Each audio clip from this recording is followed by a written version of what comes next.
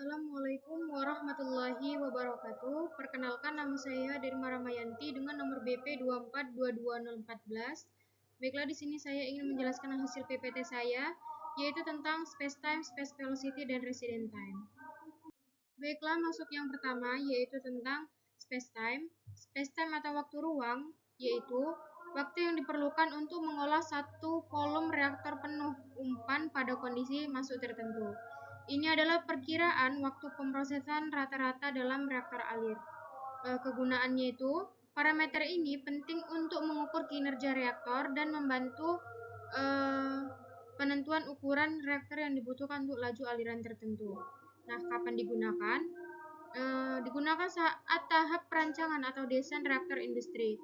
Kemudian kondisi khususnya itu digunakan sebagai parameter standar karena didasarkan pada laju alir umpan masuk atau V0, sehingga lebih mudah dihitung untuk menentukan ukuran volume reaktor yang dibutuhkan untuk mencapai konversi tertentu. Rumus spacetime itu T sama dengan V per V0. T itu spacetime atau waktu ruang, V itu volume reaktor per meter kubik atau liter, V0 itu laju alir volumetrik umpan, satuannya itu meter kubik per second atau L per jam. Kemudian ada space velocity. Space velocity itu merupakan kebalikan dari space time atau 1/T. Ini menunjukkan beberapa volume reaktor umpan yang dapat diproses per satuan waktu. Kegunaannya itu dia digunakan untuk mengklasifikasikan kinerja reaktor berdasarkan kapasitas pemrosesan relatif terhadap volumenya. Kemudian kapan digunakan? Umumnya itu digunakan dalam industri katalis seperti kilang minyak atau petrokimia untuk menunjukkan kapasitas beban reaktor. Rumus space velocity itu SP sama dengan V per V0. V itu volume reaktor, satuannya itu meter kubik atau L, dan V0 itu laju alir volumetrik umpan, satuannya itu meter kubik per second atau L per jam. Selanjutnya itu ada resident time. Resident time itu lamanya waktu yang dihabiskan partikel, fluida, atau campuran di dalam reaktor. Kegunaannya itu penting dalam memahami distribusi waktu tinggal atau RTD fluida dalam reaktor nyata untuk mengoptimalkan desain dan operasi proses kimia. Nah, kapan digunakan? Saat menganalisis kondisi aliran nyata di dalam reaktor, terutama untuk mendeteksi adanya ketidakidealan seperti aliran pintas atau zona mati. Rumus resident time itu TR sama dengan V per V0.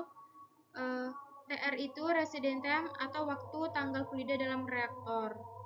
Dan V itu volume reaktor, satuannya itu meter kubik atau liter, dan V0 itu laju alir volumetrik umpan, satuannya itu meter kubik per second atau L per jam.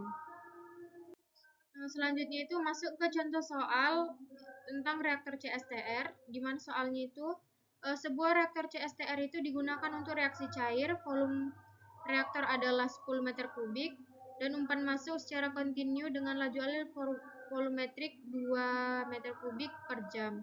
Nah, kemudian diketahui V sama dengan 10 meter kubik dan V0-nya itu 2 meter kubik per jam. Yang ditanya itu ada space time, kemudian resident time-nya, dan space velocity-nya. Kemudian untuk space time-nya itu rumusnya itu T sama dengan V per V0, kemudian masukkan angkanya 10 per 2 sama dengan 5 jam. Kemudian untuk resident time-nya rumusnya itu TR sama dengan V per V0 sama dengan 10 per 2 dan hasilnya 5 jam. Dan untuk space velocity itu rumusnya SP sama dengan V0 per V sama dengan masukkan angkanya 2 per 10, maka didapatkan hasilnya 0,2 jam. Kemudian ada contoh soal untuk reaktor PFR, di mana soalnya itu sebuah reaktor PFR itu digunakan untuk reaksi fase cair. Volume reaktor adalah 5 meter kubik, dan laju alir volumetrik umpan yang masuk adalah 1 meter kubik per jam. Yang diketahui itu V sama dengan 5 meter kubik dan V0-nya itu 1 meter kubik per jam. Yang ditanya itu ada space time, kemudian ada resident time, dan space velocity. Untuk space time-nya, rumusnya itu T sama dengan V per V0, dan masukkan angkanya 5 per 1, maka didapatkan hasilnya 5 jam. Dan untuk resident time-nya itu TR sama dengan V per V0. Masukkan angka V dan V0-nya itu 5/1, maka didapatkan hasilnya itu 5 jam. Kemudian untuk space velocity-nya itu, rumusnya itu SV sama dengan V0 per V, kemudian masukkan angkanya 1/5 dan didapatkan hasilnya 0,2 jam. Baiklah, mungkin cukup sekian penjelasan dari PPT saya. Kurang dan lebihnya saya mohon maaf. Saya akhiri, wabillahi taufiq wal hidayah. Assalamualaikum warahmatullahi wabarakatuh.